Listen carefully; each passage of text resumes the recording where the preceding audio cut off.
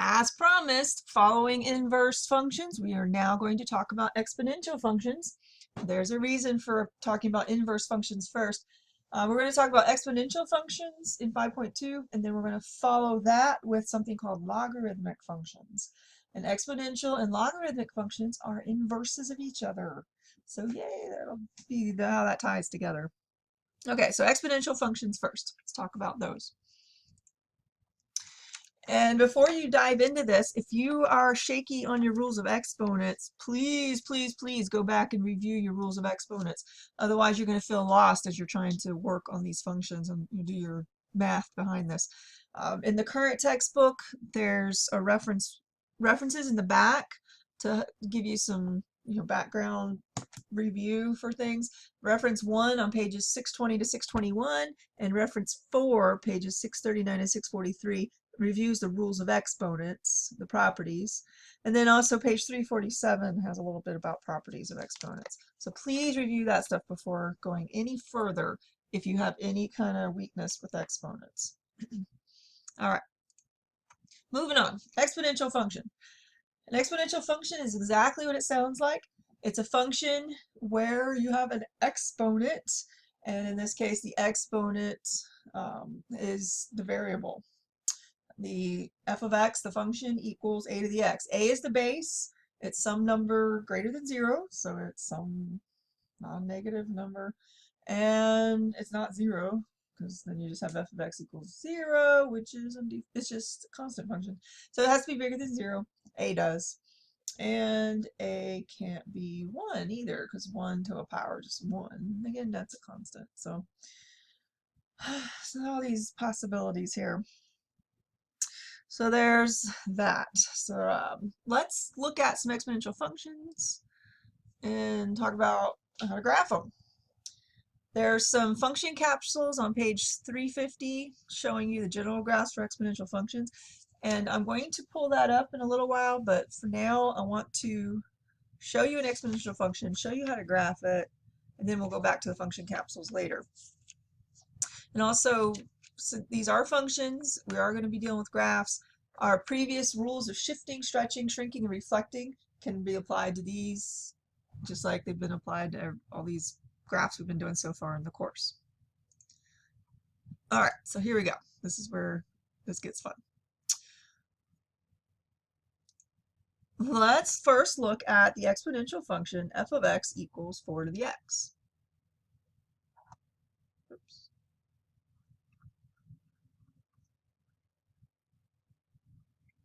Okay, in this one, a is 4.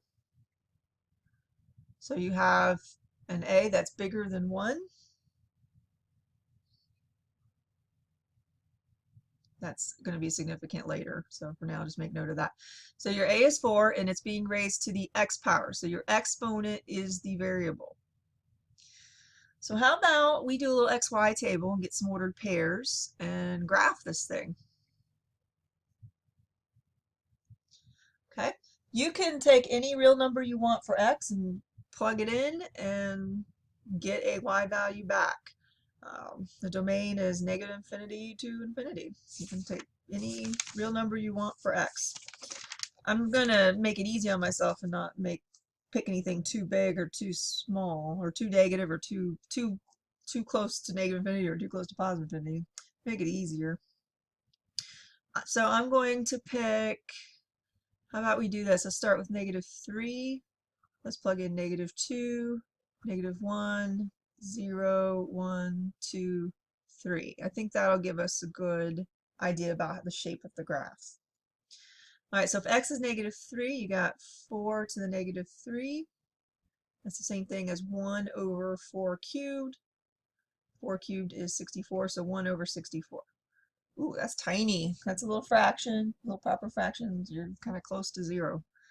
4 to the -2. That's 1 over 4 squared, so that's 1/16. A little bit bigger, but still a tiny number. 4 to the -1, that's 1 over 4. Still proper fraction. 4 to the 0 is 1. 4 to the 1 is 4. 4 squared is 16. 4 cubed. Oh my goodness, I don't think I'm going to be plotting that one today. But at least you get an idea about where the graph's going. Okay, so 4 to the negative 3, 1 over 64. You're really close to the x-axis there. You're closer than that, but I'm just going to draw a big dot so I can definitely see where things are. And then negative 2, you're not much higher than that. Negative 1, you're at 1/4. At 0, you're at 1. At 1, you're at 1, 2, 3, 4. At 2, you're at 16.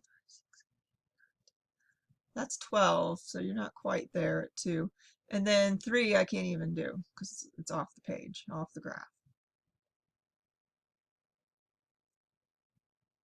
So right now you've got this curve that looks like this. You have this exponential growth in this one. If somebody talks about exponential growth of something, now you know what they're talking about. The growth looks something like this, where it's flat for a little while as you head to the right, and then all of a sudden it like curves and shoots up. So this keeps shooting up, and it's going to get higher and higher. If you're having growth, you have exponential growth, that's good, right? If you want growth. Now, if you went further to the left and picked smaller and smaller negative numbers, you're going to get increasingly smaller fractions, but you're never going to actually reach 0. Because think about it. Is there any negative number that you can put up here in the exponent that would give you 4 to that power equaling 0? No, there's not. So this is just going to get closer and closer to 0, but it's never actually going to touch it. So you could say here that we have a horizontal asymptote at y equals 0.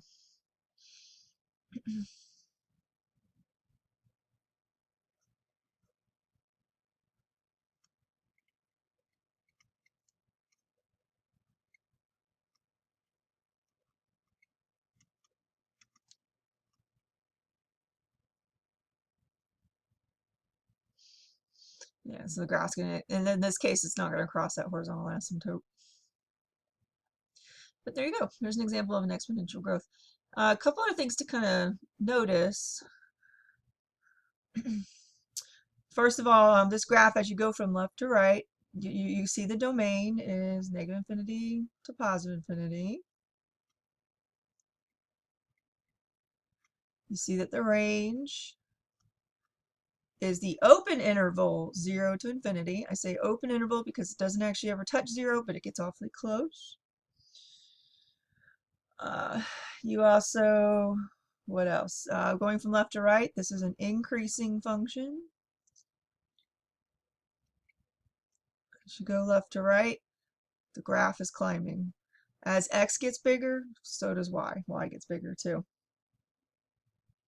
And also, I want you to notice that at -1, x is -1, you've got 1 over a.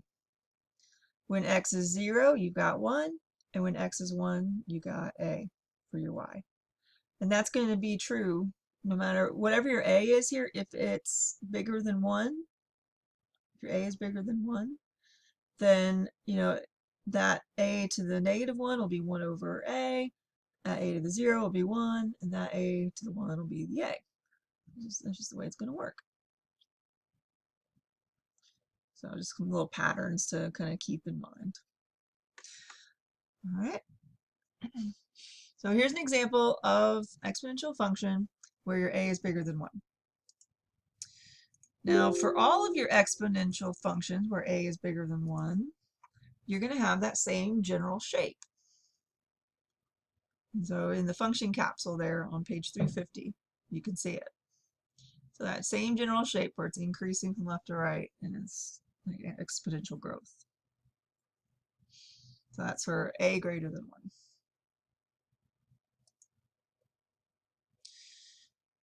All right, now again, your rules of shifting, reflecting, etc. still apply. So let's say you have something like f of x equals 4 to the x plus 3.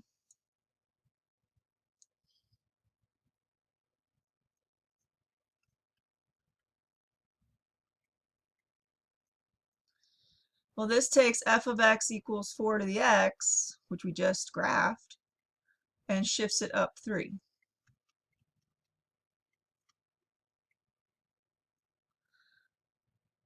So previously we had -1, 1/4. Now we'll have -1, 3 1/4. Previously we had 0, 1. Now we'll have 0, 4. Oops. Sorry, I'm thinking ahead. I have this bad habit of thinking ahead. I'll say what I'm supposed to say, but write my future what I'm supposed to write.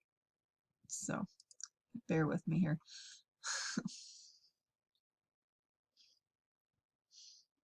So this was 0, 1. It's now going to be 0, 4. And then 1, it was 1, 4. Well, it's going to shift up. It's going to be 1, 7.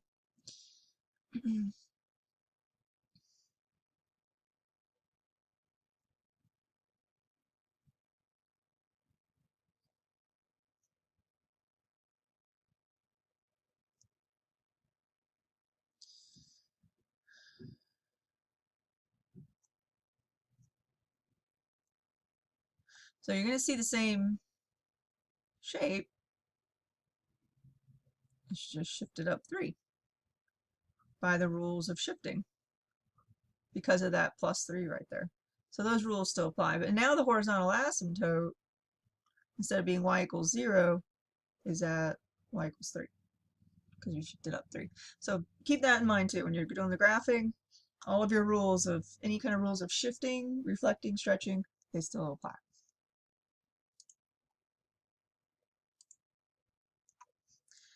All right, and let's do another one of these. Let's do f of x equals 1/4 to the x power. Now, I carefully specified earlier that my a was bigger than 1. Well, here my a is between 0 and 1. So something interesting is going to happen. You're still going to have the same general shape of the graph, but it'll have an interesting outcome. Let's go ahead and do an xy table again. And earlier we did what? -3, -2, -1, 0, 1, 2, 3. I think that's what we did. So let's see, if I do -3, this time it's 1/4 to the -3 instead of 4 to the -3. So that's the same thing as 4 cubed, which is 64. Huh. And this is the time you've got 1/4 to the -2, so that's like 4 squared, which is 16. This time you have 1/4 to the -1, so that's 4. 1/4 to the 0, which is 1. 1/4 to the 1 is 1/4. 1/4 squared is 1/16. And 1/4 cubed is 1/64. So -3, your graph's shooting way up there. I don't have the room to draw that. And then 16, it's also like -2, 16, that's way up there. And then, up here is 12, so you're kind of in there. And then -1, 4, 0, 1, 1, 1/4, 2, 1/16, 3, 1/64. So you see a similar shape, but this time it's actually reflected across the y-axis.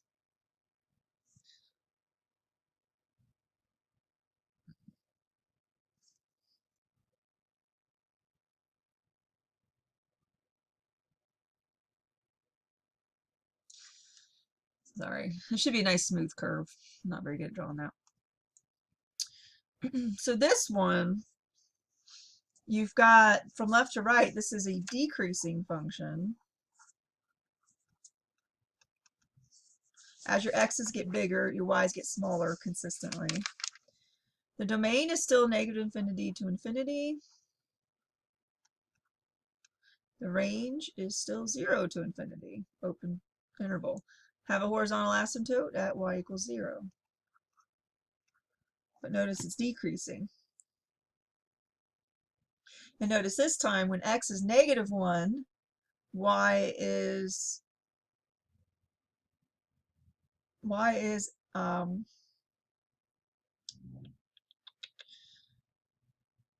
this bottom number here. I'm trying to think of the best way to explain that. You know, y 1 over a, which is y is still 1 over a, which in this case is 1 over 1/4, which turns into 4. When x is 0, y is 1, and when x is 1, y is a. So that pattern still exists, like 1 over a, 1, 1, and then a. But now that it's a fraction, though, it's, you know, on the left side here, the points are higher up, while on the right side, the points are lower, approaching the x-axis. This isn't really surprising. If you stop and think for a second about 1/4, and if you think about 1/4 as really being 4 to the -1, then what you've really got here is 4 to the -x. F of x equals 4 to the -x. So what you've really got here is f of x equals 4 to the x reflected across the y-axis. This -x here reflects across the y-axis.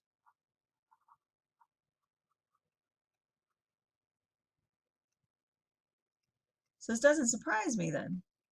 The graph we had earlier for 4 to the x reflected across the y-axis gives you the graph for 4 to the -x. So again, your rules of reflecting and such apply. But they went ahead and summarized this in a function capsule. On the same page as the other function capsule, just scroll down a little bit, and they say, well, if you have fx equals a to the x and a is between 0 and 1, then this is what your graph looks like. And that's exactly what we got, a graph that shape. So just be aware. And then be ready to apply all your rules. Okay, so that's the graphing. Have fun with that. One of the next things you have to be able to do, besides graph the functions, is be able to solve some equations involving exponents that are in your variables, where your variables in the exponent. For this section, we're going to be looking at type 1 exponential equations. Later in the future, after we talk about logarithms, we'll be able to do type 2 exponential equations. But for now, we haven't talked about logarithms yet, so there are very specific ones we're going to do. Our exponential equations are equations involving exponents. The variable can be in the base or the exponent, just depending on the situation. A lot of your problems, you're going to see variables in the exponents. If the variable is in the exponent, you rewrite the equation so that the bases are the same. You set the exponents equal, solve, and then of course check using your original equation. If your variable is in the base, you rewrite the equation so that the exponents are the same, set the bases equal, solve, and then check using the original equation. Now, glancing through your homework, I think all of the problems in this lesson are going to have the variable in the exponent. I think they wait until logarithms to start throwing you some variables in the bases, I think. So as far as I can tell from glancing ahead. All right, so let's take a look at a couple of examples. Before we do, real quick, you're going to see E as a base in some of your problems. Don't panic. E is another number like pi. You know, you've all heard about pi, your rational pi. It's a decimal that never repeats, never ends. It's been mathematically proven that it's infinite, has no ending, does not start over. So it's not just a guess. It's mathematically proven that it never ends. For fun, you know, supercomputers have carried out computations to over 1 trillion decimal places, and they're still going, and they'll keep going. E is the same kind of thing. It's irrational. It's named for the Swiss mathematician Leonhard Euler. Yes, that's pronounced Euler, not Euler. And it's often used in applications like compound interest. The numerical value, if you stick, E is probably on your calculator. If you have a scientific calculator, it's definitely on your graphing calculators. But if you plug it in your calculator and ask the calculator for what it equals, you'll get something around 2.718281828, and maybe some more after that. But that's an approximation, a decimal approximation. So just be aware that that's what it is. Okay, so now down to the fun of solving some of these equations. All right, starting with this one. 5 to the 2x plus 1 equals 25. Okay, it's an equation, has an equal sign, and in this one, the variable is in this exponent here. What I'm going to do is I'm going to rewrite this so that both sides have the same base. Well, 5 I really can't do a whole lot with, but 25 I can re-express. I can rewrite 25 as 5 squared. And that's good. Because as long as they both have as long as the left side and right side have the same numerical base, then the exponents must be equal to each other. 5 to this power has to equal 5 to that power. As long as it's the same base, 5 being raised to a power, the two powers have to be the same to make them equal. You know, if you have 5 cubed, that has to equal 5 cubed. 5 cubed is never going to equal 5 to the 5th or 5 to the 8th or something like that. It has to equal 5 cubed. So 2x plus 1 has to equal 2. Solve for x. And there you go. Your solution is 1/2. If you want to check, go back to the original equation. Always go back to your original. Plug in the 1/2. See what happens. 2 times 1/2 is 1. 1 plus 1 is 2. And 5 squared is indeed 25. So it checks out. There you go.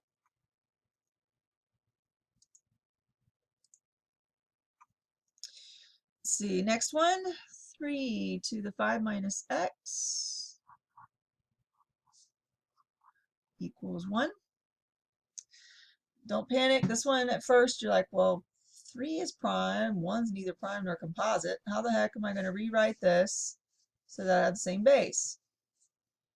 Well, it's not like it's not going to be as simple as taking 25 and writing it as 5 squared, but think for a second.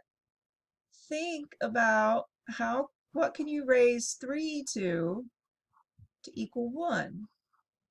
What can you put up here? 3 to what power would be 1? And that's as straightforward as 3 to the 0. So you can rewrite this so that they both have the same base. Because 3 to the 0 is 1. And as long as they have the same base, then the exponents must equal. So then that tells me that x equals 5. Woohoo! So the solution set includes 5. If I want to check, to go back to the original equation, plug in the 5. I've got 3 to the 0, and that does equal 1. It works.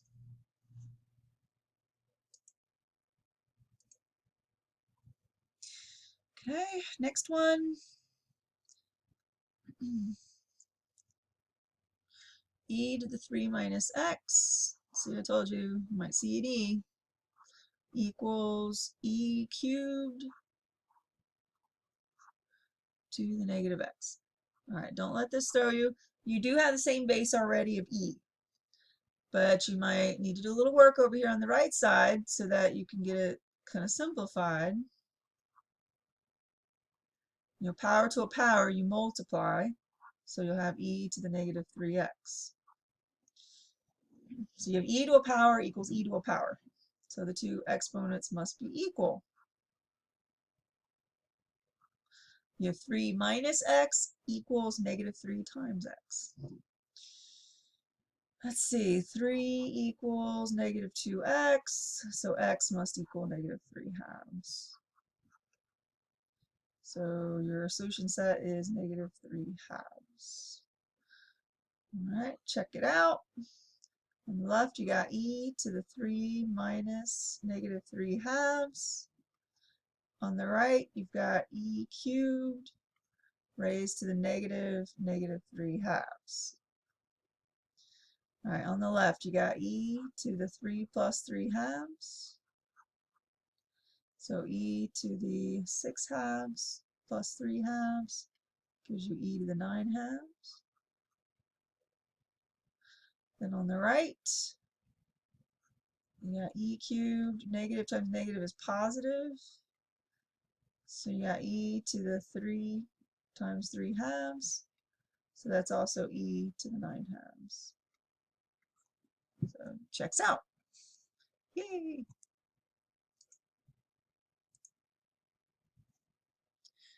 Okay, here's another example of one where the bases don't right away look the same, but that's okay. Just do a little work. You can get them there. I'm looking at this. I can't think offhand of how to raise 32 to a power, or like change 32 so that it's 16 to a power, because 16 times 2 is 32, but that's not raising 16 to a power. That's multiplying by 2. But knowing that you can multiply 16 by 2 to get 32, that gets my wheels spinning. And I start thinking about, can I use 2 to a power somehow?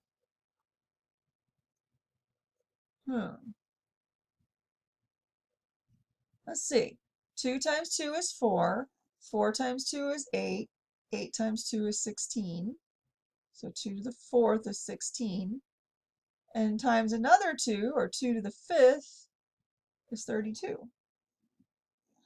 So I can rewrite both 32 and 16 as 2 to some power, so that I now have the same base on both sides. Let's see, 5 times x, so I got 2 to the 5x equals 2 to the, well, 4 times 1 is 4, 4 times minus x is minus 4x. And I've now got the same base. Once I have the same base, I can set the exponents equal to each other and solve.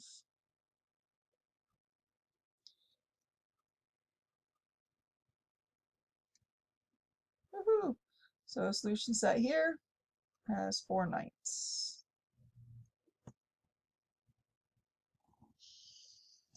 If I want to check it, I've got 32 to the 4/9 should equal 16 to the 1 minus 4/9. So 32 to the 4/9 should equal 16 to the 5/9.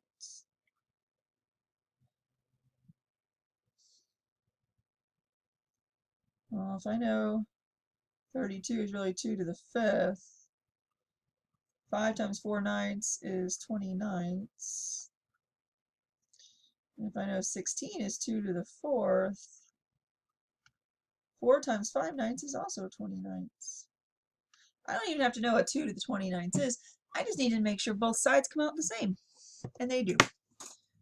So, ta-da!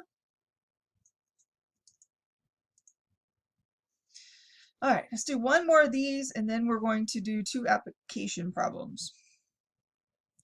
All right, we got 4th root of 3, and that's being raised to the negative x power. And that equals 1/3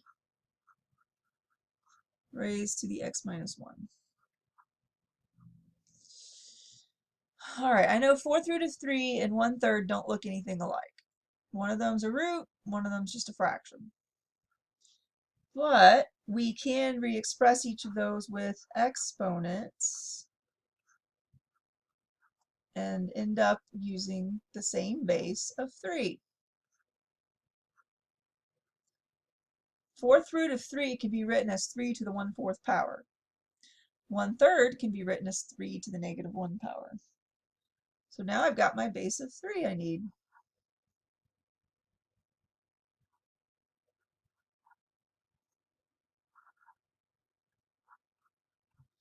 Power to a power, multiply the exponents together, multiply the exponents together. Both have the same base of 3. So then the exponents must be equal to each other. Let's see, so solve for x, and I get 4/3.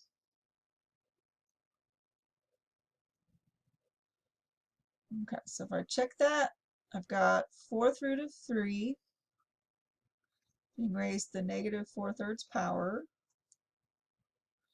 And that has to equal 1/3 being raised to the 4/3 minus 1. Well, 1/3 being raised to the 1/3. So 3 to the negative 1 being raised to the 1/3 is 3 to the negative 1/3. Okay. I don't need to work that any further right now because I bet, once I figure things out over here, I'll get the same exponent. I've got 3 to the 1/4 power being raised to the negative 4/3. Multiply the exponents together, and you get an exponent of negative 1/3. So yes, they do both come out the same. Yay!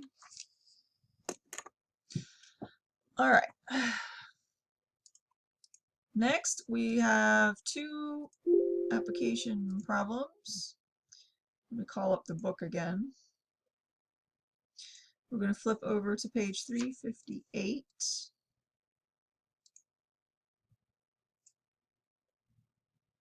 I'm just going to type in page 358. Keep scrolling. Okay, and we're going to take a look at number 72. It says use the appropriate compound interest formula to find the amount that will be in each account given the stated conditions. Well, number 72, you're investing $15,800 at 1.6% annual interest for 6.5 years, first compounded quarterly, then compounded continuously. When your book talks about compounding, go to page 353. And at the bottom, talks about compound interest, develops the compound interest formula. You got a formula here if you're for compound interest for certain periods, not continuously. You're investing P dollars, interest rate R, annual interest rate is R, compounded in times per year. Then you can figure out how much money is going to be in the bank after T years using this formula. A equals P times 1 plus R over N to the NT. And that's what we're going to use for the first situation.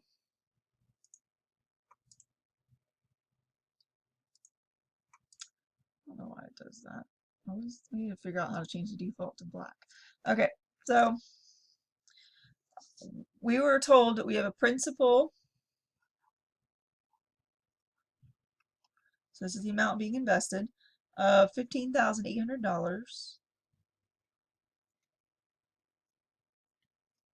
We're being told that it's at an annual interest rate of 1.6%.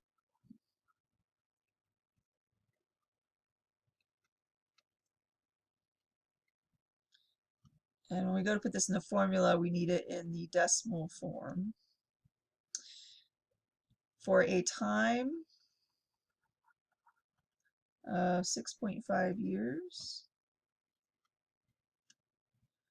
And it's going to be compounded quarterly.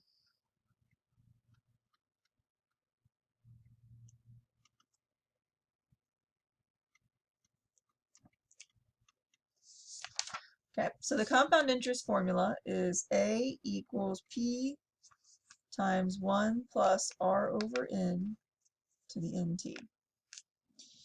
Basically what this formula is going to do is it's going to say, all right, let's say you're investing $15,800 at 1.6%. After 1 year, you would make a certain amount of interest. You would add that to the 15,800. And then year 2, you would recompute your interest based on your principal. And each year you add on your latest interest you've earned, and every year you've got a higher principal on which to compute interest. So you're getting interest earned on interest. It's nice. The growth ends up, instead of being a steady linear growth, like just regular simple interest where you just keep adding the same amount every year, this ends up being an exponential growth. You know, you see a little bit of growth at first, but eventually it just explodes and takes off and climbs high because you're building interest on interest. So what this formula will do is it'll just automatically figure out at the end of 6.5 years what would be the total in your account, assuming every year you've earned interest on your interest. Okay, so the principal, or the $15,800, that's your P. The annual rate as a decimal is your R. The time in years is your T. And then N is how many times per year it's compounding. So quarterly would be 4 times a year, you know, at the end of each quarter. So at the end of each quarter, at 4 times a year, they're stopping and recomputing your interest at that point in time. So you put all those values into this formula, and instead of having to sit and manually figure it out for 4 times a year for 6.5 years, so 26 times, you just put it in the formula once and it'll do it for you.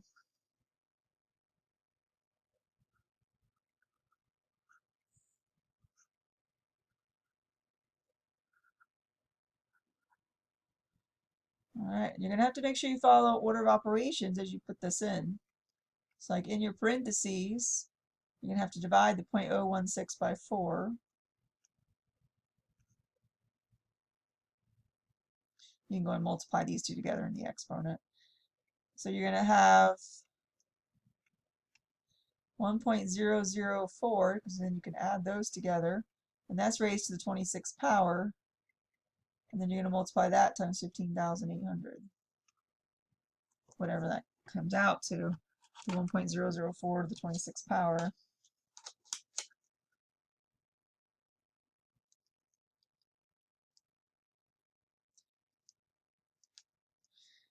I just put it in my scientific calculator. I am getting some crazy decimal. I'm getting 1.109370296. I'm not going to round that. I'm just going to leave it in the calculator as is. And then I'm going to go ahead and multiply by 15,800. And I get 17,528.05067. So at the end of the 6.5 years,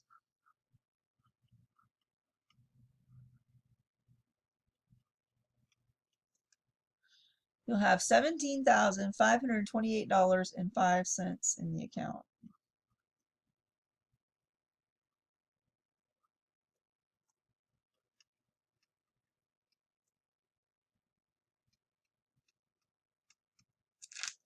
So that's compounded quarterly. You have definite breaks and different times where you're sitting there and computing the interest. And you're building interest on interest. Let's say that you're interested in building interest continuously. Not just like every quarter adding on the interest, but constantly with no breaks adding interest on interest. And that's where you get something called compounding continuously. In your book on page 354 starts to talk about it and introduces the number E. And then on page 355 it shows what formula it leads to. A equals P times E to the RT. P is your principal you're investing, R is the rate of interest compounded continuously for T years. Rate as a decimal, and remember E is a number. So A equals PERT.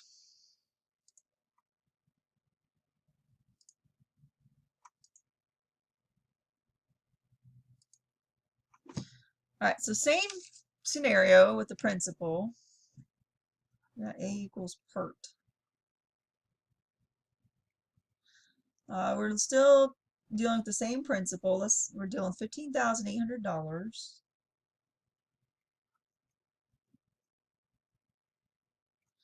And we're still dealing with the same rate. So it's 1.6% is 0.016. And we're still dealing with the same amount of time, 6.5 years. So annual interest rate and years. Time is years and years. But we're going to put that into our calculator and see what that gets us. Whatever that result is, that's how much would be in the account after 6.5 years if you are adding the interest on continuously with no breaks. It's like very smooth, seamless, never stopping. Okay, so we got 15,800 times, and then we're doing e to a power. So on my graphing calculator, I have the e to the x button here above the ln or natural log button. So I'm going to do e, and that's to the 0.016 times 6.5. 0.016 times 6.5. Enter. And there we go. And then we'll go ahead and round that to the nearest cent.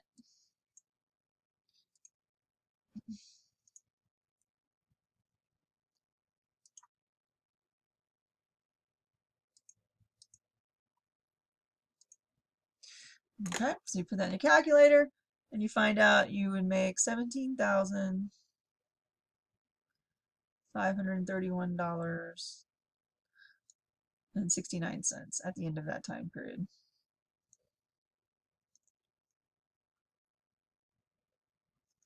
It's really not a whole lot different. It's kind of surprising. So we look at the previous slide. After 6.5 years, there was $17,528.05 in the account when it's compounded quarterly. Compounded continuously at $17,531.69. There's only a difference of like $3.64.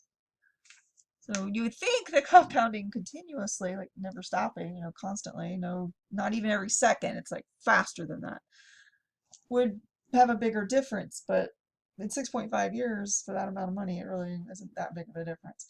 Bigger amount of money, longer time, you're going to see more of a difference, but not as much as you might imagine. But anyhow, there you go. There's two application problems that involve exponential functions. These two compound interest formulas are exponential functions. Notice that your base is e, and then your variables are up there in the exponent. In this case, the r and the t. Or over in the compound interest formula, it was the n and the t. So there you go.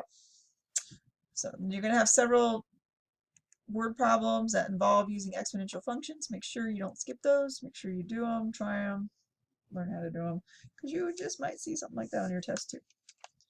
All right, well, learn that, and then next time you log in or join us, we will be doing logarithmic functions. We'll be looking at the inverse of these exponential functions. But until then, thank you for joining us.